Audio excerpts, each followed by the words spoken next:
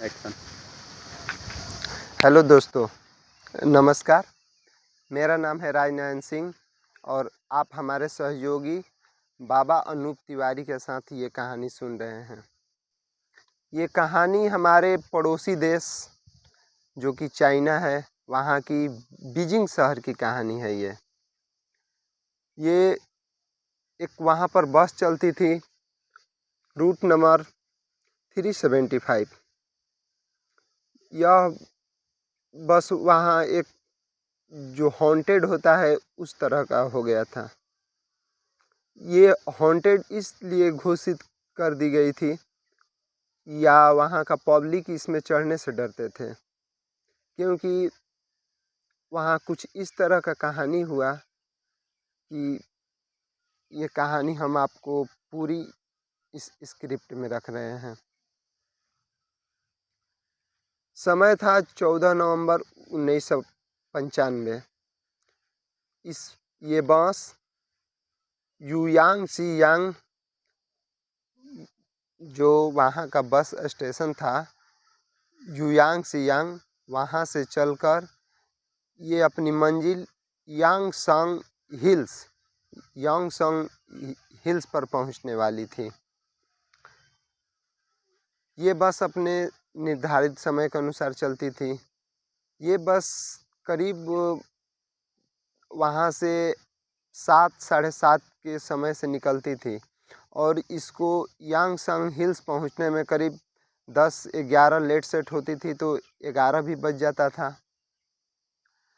तो ये यांगसंग हिल्स पहुँचने में अभी इसको 7 से 8 स्टॉपेज बाकी था। ये बस पूरी तरह से खाली, ठंड का मौसम था।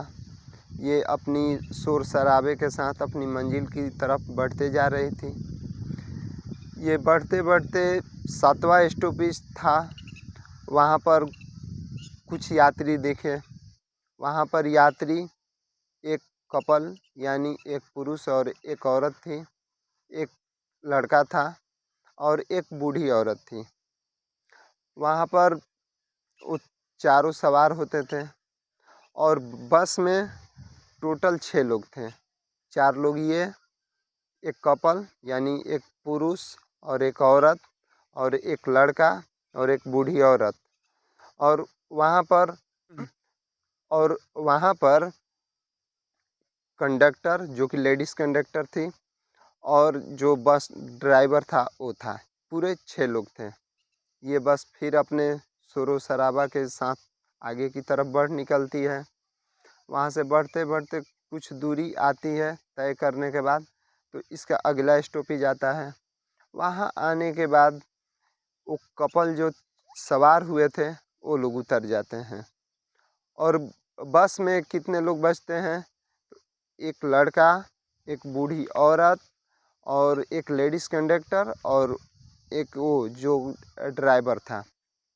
वहाँ से बस फिर अपने शोर शराबा करती हुई निकलते जा रही थी। ठंड का मौसम भी था, बहुत कोहरा भी था। वहाँ कोहरा इतना हो गया था कि उस बस को थोड़ा धीरे चलाना पड़ रहा था। चलाते चलाते बस आगे बढ़ती जा रही थी कि फिर अगला स्टॉपेज पर उसे 2 लोग दिखाई देते हैं। वो इतनी दूर थे कि उन लोगों को 2 ही लोग दिखाई पड़े। भीरी नज़दीक जाने के बाद मालूम पड़ा कि ये 2 नहीं 3 थे। वो दोनों एक बीच में इस तरह का जकड़े हुए थे जैसे उसको कुछ हुआ हो। खैर उससे क्या, वहाँ पर बस रुकती है। वो तीनों पिछले दरवाज़ा से सवार होते हैं। जो पीछे बस में लंबी सीट होती है उस पर वो तीनों पीछे वाली सीट पर जो लंबी सीट होती है उस पर वो जाकर बैठ जाते हैं। अब बस में टोटल लोग तीनों, एक बूढ़ी औरत और एक लड़का और एक लेडीज़ कंडक्टर और एक वो, यानी 4 और 3 7 लोग थे। बस फिर अपने शोर शराबा के अनुसार वो चल दी। और हाँ, एक बात थी, वो जो तीनों लोग चढ़े उन लोगों का कपड़ा और रहन सहन कुछ इस तरह का दिखाई पड़ा जैसे वो 10 या 20 साल पहले का, जैसे वो कपड़ा उस चाइना में चलता था। खैर लोग समझे कि ये किसी नाटक कंपनी में काम करते होंगे, सो इन लोगों का छुट्टी हुआ होगा, ये लोग उसी कपड़ा में अपना चल दिए हैं। मगर लेडीज औरत, जो बूढ़ी औरत थी, उन लोगों को बार बार देखकर और सहमती थी। सामने को तो पूरा मतलब जो बस में एक लड़का, ये बूढ़ी औरत और वो जो लेडीज कंडक्टर थी वो और ये ड्राइवर, ये चारों देखकर सहम गए थे। मगर क्या करें, मजबूरी थी बस रुकना। बस रुके, फिर अपने शोर शराबा के अनुसार चली। देखते देखते वो फिर जा रही थी आगे। आगे जाने के बाद वो जब बस चल रही थी, वो जैसे ही पीछे देखी उसको कुछ डाउट हुआ तो वो बूढ़ी औरत वो लड़का से, जो कि उसकी आगे वाली सीट पर बैठा था लड़का, वो उसको बोली कि तूने मेरा पर्स में से पैसा लिया है। उससे वो बूढ़ी औरत झगड़ा करने लगी। झगड़ा करते करते जो कंडक्टर थी, लेडीज़ कंडक्टर, वो भी आई, बोली कि अरे अम्मा, ये क्या मतलब तुम्हारा पैसा लेगा, तुम इतनी बूढ़ी औरत हो, ये तुम्हारा क्या पैसा लेगा। तो बोली कि नहीं नहीं, यही मेरा पैसा लिया है। उससे झगड़ा करने लगी। झगड़ा करते करते जो ड्राइवर था वो भी समझा रहा था। इन दोनों को गुस्सा आया, जो लेडीज़ कंडक्टर थी और वो जो ड्राइवर था, वो भी ले जाकर अगला स्टॉपेज पर रोक दिया। रोकने के बाद वो क्या करी कि बूढ़ी लेडीज़ औरत बोली कि इसको मैं पुलिस के हवाले करूँगी। वहाँ पर वो दोनों, लड़का और लेडीज़ जो मतलब थी, वो बूढ़ी औरत, वो लेकर मतलब उतर गई लड़के को लेकर उतरने के बाद वो लड़का बोला कि मेरे को आगे भी जाना था, आपने मेरे को यहीं पर उतार दिया, बताइए मैं इतनी रात को कैसे जाऊंगी। तो वो लेडीज़ औरत बोली कि मैंने तेरे को उतारा नहीं, तेरा जान बचाया है। तो बोला कैसे? तो बोला कि, वो बोली लेडीज़ की, जब बस चल रही थी ना, तो मैं पीछे देखती थी तो उसको, जो तीनों बैठे थे उन लोगों का कपड़ा तो था मगर पैर नहीं था। ऐसे ही कपड़ा उधिया रहा था, ऊपर उड़ता था। अब मेरे को डाउट हुआ कि ये इंसान नहीं, कुछ और है, इसीलिए मैंने तेरा जान बचाने के लिए वहाँ पर उतरी। तो उतर गई। खैर बोली कि चलो इस बात को पुलिस स्टेशन में बताते हैं। पुलिस स्टेशन में गई तो रात को करीब 10 के लपेट टाइम बज रहा था। पुलिस वाले बोले कि हाँ क्या बात है, बोलिए। तो वो लोग बोले कि एक रूट नंबर 375 बस है, जो इस तरह का, मतलब उसमें हम लोगों ने देखा। वो पुलिस वाले भी देखकर और बात सुनकर हंसने लगे। खैर उन लोगों ने उन दोनों को, लड़का का और लेडीज औरत का, पूरा पता नोट किया, नंबर लिया घर और का उनका, और उनको जाने दिया। बोला अच्छा जाइए, हम देख लेंगे। अब क्या हुआ, पूरी रात बीत गई। अगला दिन 15 नवंबर का दिन आता है। 15 नवंबर का दिन आता है। अब बस डिपो में वो बस पहुंची ही नहीं। बस नहीं पहुंची तो जो वहाँ का इंचार्ज था, वो देखता है कि अभी तक बस नहीं पहुंची। वो आनन फानन में इधर उधर देखता है और सब भी जगह पता करता है कि नहीं, अभी तक तो बस आई ही नहीं। बस नहीं आई तो वो अपने जाकर नज़दीकी पुलिस स्टेशन में कंप्लेन करता है। कंप्लेन करने के बाद पूरा जांच वाँच होता है। दो लोग देखते हैं कि हाँ, उस टाइम 1995 में वहाँ पर सीसीटीवी कैमरा चारों तरफ लगने शुरू हो गए थे। तो जहाँ पर ये लेडीज़ औरत उतरी थी वहाँ पर भी कैमरा लगा था। तो वहाँ देखे सब, तो उस थाने तक भी बात आई। जिस थाना में ये लेडीज़ और वो लड़का उतर कर कंप्लेन दिए थे, हालांकि उस थाने ने कंप्लेन लिया नहीं, पूरा एड्रेस लिखकर छोड़ दिया था। उस थाने तक भी बात गई कि रूट नंबर 375 बस मिसिंग है, इसको देखा जाए। तब तक देखते देखते वो पूरी मतलब शाम तक के वहाँ के न्यूज़पेपर में भी चारों तरफ की बातें कि मतलब एक लड़का है और एक बूढ़ी औरत है, इस तरह का रूट नंबर 375 में बस में ये हुआ है। उसके बाद होने के बाद अगला दिन अब 16 नवंबर का दिन आता है। 16 नवंबर का दिन आता है तो सीसीटीवी कैमरा जांच होता है।